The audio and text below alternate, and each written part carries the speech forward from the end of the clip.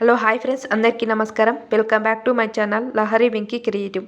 ఈరోజు చంద్రగ్రహణం అంటే ఏమిటి, విడుపు స్నానం కూడా చేసుకోవాలా, అసలు ఏ టైంలో వస్తుంది, మనం ఎలాంటి జాగ్రత్తలు తీసుకోవాలి, ఏ మంత్రం చదవాలి, ఇలా మంత్రాలు చదివితే మనకు ఎలాంటి లాభం అనేది జరుగుతుంది అనేది ఈ వీడియోలో అయితే తెలుసుకుందాం. అసలు గర్భిణీ స్త్రీలు కూడా ఎలాంటి జాగ్రత్తలు పాటించాలనేది ఈ వీడియోలో తెలుసుకుందాం. వీడియోని అయితే ఎక్కడ స్కిప్ చేయకుండా కంప్లీట్గా చూడండి, అప్పుడే మీకు అర్థమవుతుంది. చంద్రగ్రహణం అంటే భూమి, సూర్యుడు, చంద్రుడు ఒకే రేఖ పైన ఉండటం వల్ల భూమి నీడ అనేది చంద్రుడి పైన పడుతుంది. దీన్ని చంద్రగ్రహణం అని అంటారు. దీని వలన చంద్రుడు ఎరుపు రంగులోకి కనిపిస్తాడు, అందుకే దీన్ని బ్లడ్ మూన్ అని కూడా అంటారు. చంద్రగ్రహణం టైమింగ్స్ వచ్చేసి మనకైతే సెప్టెంబర్ 7 ఆదివారం రోజు రాత్రి 9:57 స్టార్ట్ అవుతుంది ఫ్రెండ్స్. సెప్టెంబర్ 8వ తారీఖు సోమవారం అర్ధరాత్రి సమయంలో 1:26 ముగిస్తుంది ఈ చంద్రగ్రహణం అనేది. మనకు గరిష్ట మధ్యకాలం అనేది ఉంటుంది కదా, అదైతే అప్పుడు అయితే 11 గంటల నుంచి 12:22 గంటలకు ఇది మధ్య గరిష్ట స్నానం అనేది ఉంటుంది.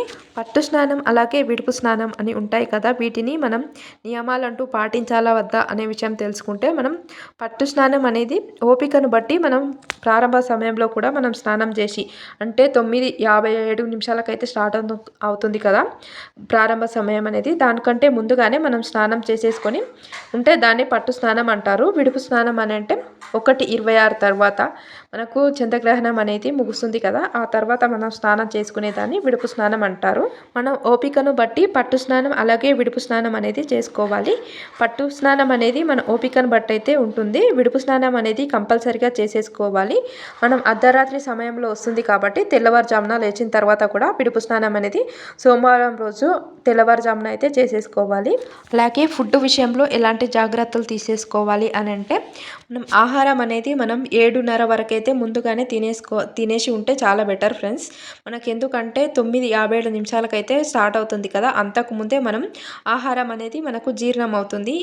కాబట్టి మనం 7:30 వరకు అయితే ఆహారం అనేది తీసుకుంటే చాలా బెటర్ కాబట్టి మనం తీసుకోవాలి. ఎందుకంటే ఒక 2:30 గంటల ముందే తినడం వల్ల మనకు ఆహారం అనేది కూడా జీర్ణం అవుతుంది.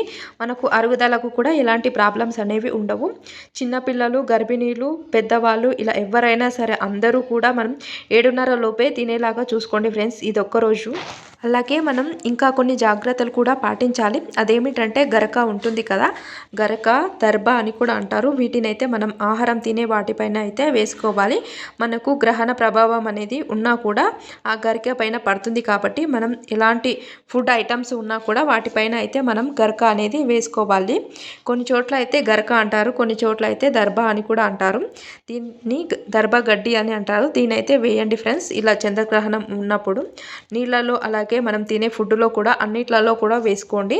మనం గ్రహణం అయిపోయిన తర్వాత వాటిని అయితే పాడేసుకోవాలి. నెక్స్ట్ డే అయితే సోమవారం రోజున అయితే గర్భిణీ స్త్రీలు అయితే మరీ ముఖ్యంగా చాలా జాగ్రత్తగా ఉండాలి ఫ్రెండ్స్. ఎందుకంటే ఇది సంపూర్ణ చంద్రగ్రహణం కాబట్టి ఒక చీకటి గదిలో అయితే పండుకోండి. కర్టన్స్ కూడా అన్నీ వేసేసుకొని ఒక చీకటి రూమ్లో అయితే ఉండండి ఫ్రెండ్స్. ఈరోజు అయితే ఇదొక్కరోజు ఈ విధంగా పాటించాలి ఫ్రెండ్స్. గర్భిణీ స్త్రీలు అయితే చాలా జాగ్రత్తగా ఉండాలి. ఎలాంటి పనులు కూడా చేయకూడదు, రెస్ట్ అనేది తీసుకోవాలి.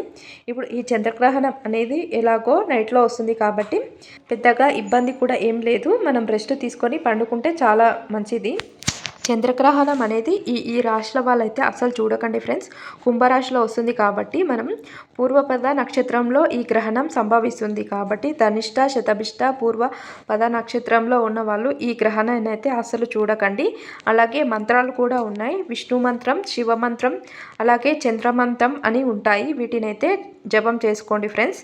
కింద ఇస్తున్న ఈ మంత్రాలు కూడా జపం చేసుకోండి. విష్ణు మంత్రం వచ్చేసి ఓం నమో నారాయణాయ అనే మంత్రం అయితే జపం చేసుకోండి. శివ మంత్రం వచ్చేసి ఓం నమ శివాయ అనే మంత్రంని, అలాగే చంద్రమంత్రం అనేది కింద ఈ లింక్ అనేది ఇస్తున్న ఈ మంత్రాన్ని అయితే జపం చేసేసుకోండి. అలాగే గాయత్రి మంత్రం కూడా ఉంటుంది. ఈ కింద ఇచ్చిన ఈ మంత్రాన్ని కూడా జపం చేసేసుకోండి.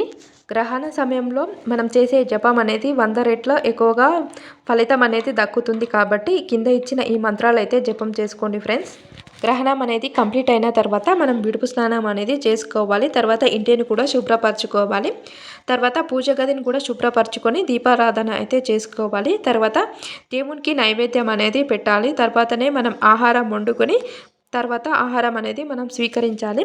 వీలైతే శివాలయంకి వెళ్ళి అభిషేకం కూడా చేసుకుంటే చాలా మంచిది. అలాగే దుర్గాదేవిని కూడా ఆరాధన చేసుకున్నా కూడా చాలా మంచిది ఫ్రెండ్స్. అలాగే శివ పంచాక్షరి మంత్రాన్ని కూడా జపం చేసుకోండి. ఇలా ఈ విధంగా అయితే చంద్రగ్రహణ సమయంలో ఈ విధంగా అయితే పాటించాలి ఫ్రెండ్స్. వీడియో కనుక మీకు నచ్చినట్లయితే లైక్ చేయండి ఫ్రెండ్స్. అలాగే మీ ఫ్రెండ్స్ అండ్ ఫ్యామిలీ మెంబర్స్కి ఈ వీడియోను షేర్ చేయండి. మా వీడియోను కనుక మీరు ఫస్ట్ టైం చూసినట్లయితే సబ్స్క్రైబ్ చేసుకొని పక్కనే ఉన్న గంట సింబల్ని ప్రెస్ చేయండి. Thank you for watching the channel. Please subscribe my channel.